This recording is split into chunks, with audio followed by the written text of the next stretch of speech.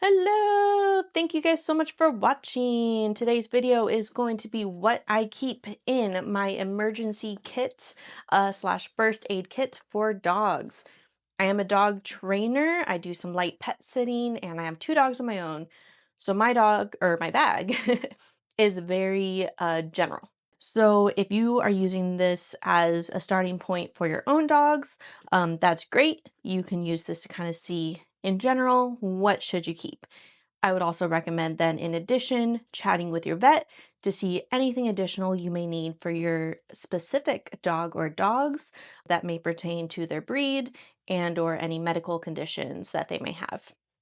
So to get started, I'm going to take you through what is in my kind of easy grab bag that stays in the duffel unless I'm going for a hike or something like that. Then I just grab this bag and take it with me. So I'll go through this first. This has basically everything you would need in your basics bag. Then in here is just a few extras of different things that I'll take you through afterwards. If you have any questions, go ahead and put them down below. Again, I'm not a vet, but I am a dog trainer and I am pet tech certified in CPR and first aid. So I hope this gives you a good starting point of what you should use to build out your dog first aid bag and kit. I will say one more point. This is now not my dog's bug out bag. So if there is an emergency where we have to evacuate, I have a separate evacuation bag for them that I will grab in addition to this bag. So that's a separate bag for my dogs in particular with their emergency supplies and any supplies that we would need should we need to evacuate. This is strictly first aid kind of quick items that will get us by until they can either heal or we can get to a vet. So without further ado, let's get started. All right, so here are the items that I keep in my grab and go bag. That's for basically hiking and such. I'll start with what's on the bag itself, actually. So on the bag itself, I have a little keychain, retractable keychain, and it has pepper spray. That's more so for my own protection. This is a tick remover, and then a little light. And then what I keep inside the bag are first off some nitrile gloves, tweezers, several alcohol prep pads, some wet ones, a space blanket in case you need to retain any heat, anything like that. Some vet wrap. This is going to be used to help bandage any injuries. Quick stop powder. So this is going to be really good in case your dog breaks a nail or anything like that. You just put some of this powder on it and it'll help kind of stop that bleeding. An emergency flashlight. So I like one that has the regular flashlight on the top, but also this kind of broad one on the bottom. It also flashes emergency lights. I won't do it on camera in case that affects anyone, but it has that available. It is super bright. It's also very heavy duty and waterproof. Something like this is really going to come in handy. Wound care. So in case we get any abrasions, we can go ahead and treat them with this. This is antimicrobial and it has the spray. So you can spray it directly onto the wound and that will also help clear debris. Speaking of clearing debris, some eye wash. So this has the squirt top bottle, so you can just squirt it directly into your dog's eye and it will help clear debris from your dog's eyes. I like to keep a pocket guide for first aid. You know, in the event of an emergency, chances are you're not going to be able to fully calmly think through the process, even if you are someone who's been researching it. So having just a quick guide available is going to be really helpful. You also may not always have reception or your phone might not be working. So making sure you have a hardcover of that available can really come in handy. Next are a pair of scissors. I really like these scissors because you can like rummage in your bag and not worry about stabbing yourself so you just open them like this. And then you have that. And then to put them back, you just close it back up like that. Give it a little wiggle. And there you are. Some non-stick pads, again for dressing wounds. You would use this with this. This is a venom extraction kit for mainly humans, but if you can clear the skin of hair, then it could work on dogs too. And of course, poop bags, because you never want to be without those. So these are all the items that go in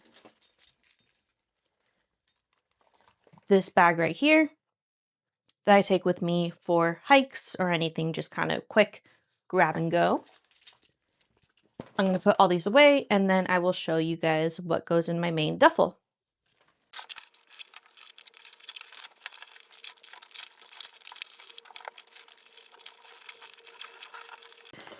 Okay, I forgot to show you guys, I also have on this little keychain area a short leash. So this is just an emergency short leash in case the leash I'm using breaks. I have another one on me. I normally like to use a long line, but I don't want to have to carry a whole separate long line on me. So this is just a short one.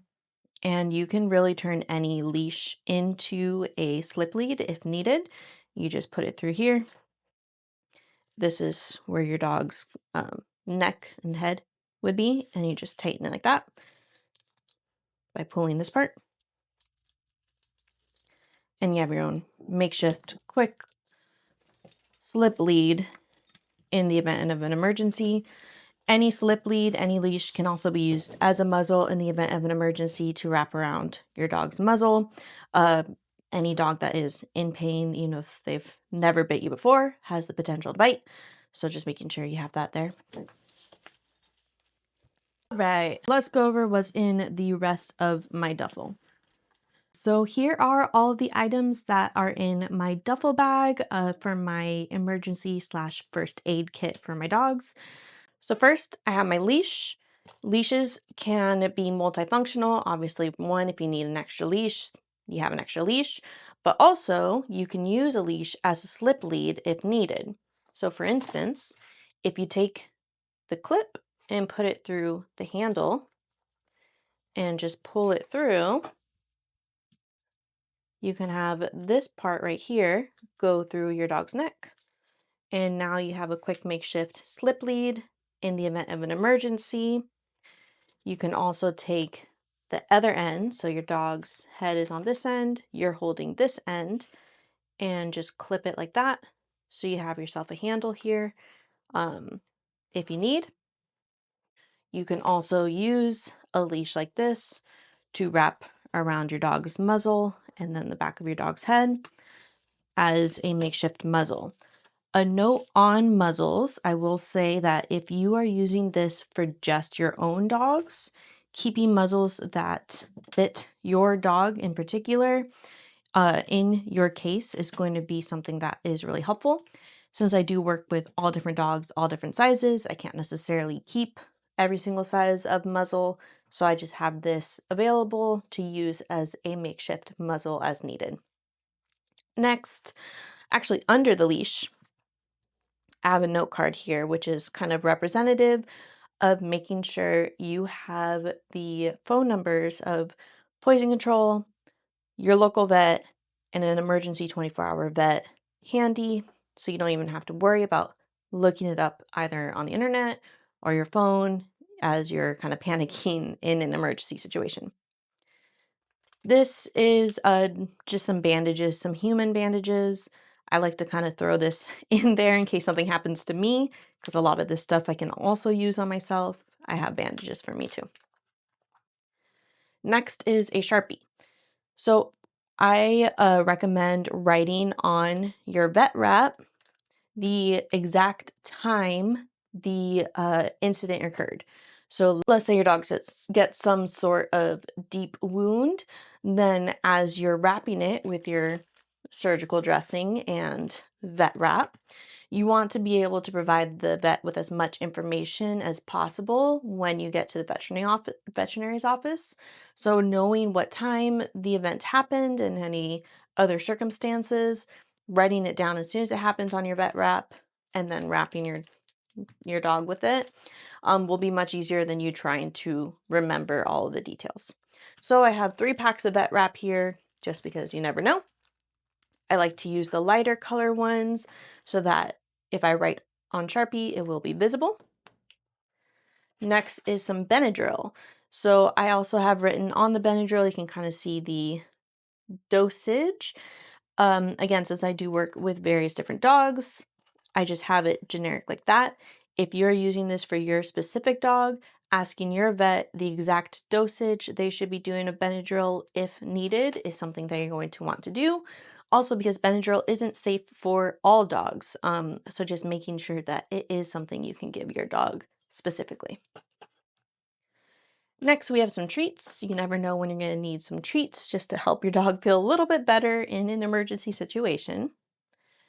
I have some paper towels over here wrapped with a ponytail holder so I can put my own hair back. I do have very long hair, so just having that available for me. Coming back over here, I have another one of those scissors that I showed you earlier, as well as a couple of tick remover tools. These are the twist ones. Activated charcoal. Activated charcoal is used if you need to make your dog throw up. It is one of the items that can be used. It's not necessarily super safe. It is an emergency situation only where whatever was ingested is more dangerous than this and throwing it back up. You do not want to do this without the Poison Control Center or vet telling you to do so first. I really want to make sure that is clear. This is not something that you just use because your dog ate chocolate. You want to make sure that you are talking to your vet first and getting their dosage and approval, because some items that are ingested can actually be more dangerous being thrown back up rather than if they had just remained in their systems and you were able to take them to the vet where they could have that taken care of. So as for everything, definitely make sure you're consulting with your vet, but I do like to have it just in case. You can see it's still sealed. I haven't used it at all. I hope I never have to, but in case I do, it's there. You can also do hydrogen peroxide. Next is just this saline wound wash. It is in a pressurized can. So again, really clearing out any debris. This is kind of the same thing, just some wound wash. These are also for humans if needed. Some liquid bandage. This is a thermometer. You can see I have written 100 to 102.5. That's about what a healthy dog's temperature should be. So I have that there in handy in case your temperature is above or below. I know if I need to call the vet. Lube. So you never know. This is going to be something that can be really helpful, especially if you have a male dog. Sometimes they can get a little excited and that excitement gets stuck out. So having some lube handy to make sure you can bring it back in. I know that doesn't sound lovely, but it could save you a vet trip and lots of money. Kind of along with that, you have gloves here. Well, I have gloves in just a Ziploc bag, some nitrile gloves. This is just a basic can of dog food. So this is just going to be in case I really need to use this, open the can, let the dog eat from it in order to help me dress their wounds in case the treats aren't enough. And then of course, just some baby wipes, just for in general, wiping paws and noses and anything like that. So these are all the items that are in my duffel bag, and I will put them all back together so you can see what it looks like.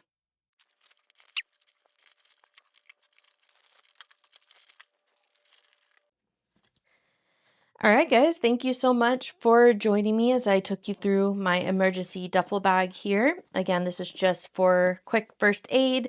This is to kind of help me get by until I can get them to an actual vet. If there's anything I am missing, please let me know. Oops, I forgot to put the paper towels back. If there's anything I'm missing from here, please let me know so I can make sure that we are keeping our pets nice and safe and comfortable. Like I said, this is not my bug out bag. That is a separate bag that if you want a video on, I'm happy to do. In the meantime, stay safe and I hope you have a great day. Thanks for watching.